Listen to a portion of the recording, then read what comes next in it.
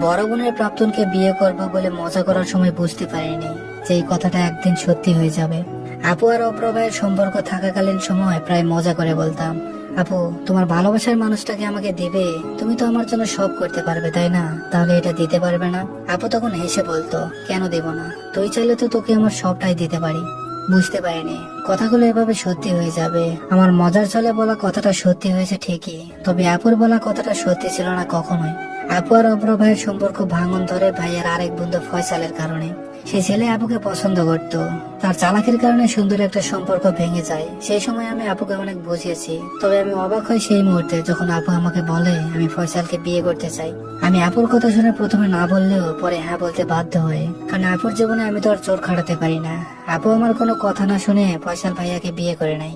এ পর্যন্ত হয়ে সবকিছু থেমে গেলে আমার ক্ষতি হতো না, আমার কিন্তু ক্ষতি তো আমার হয়েছে। আপুর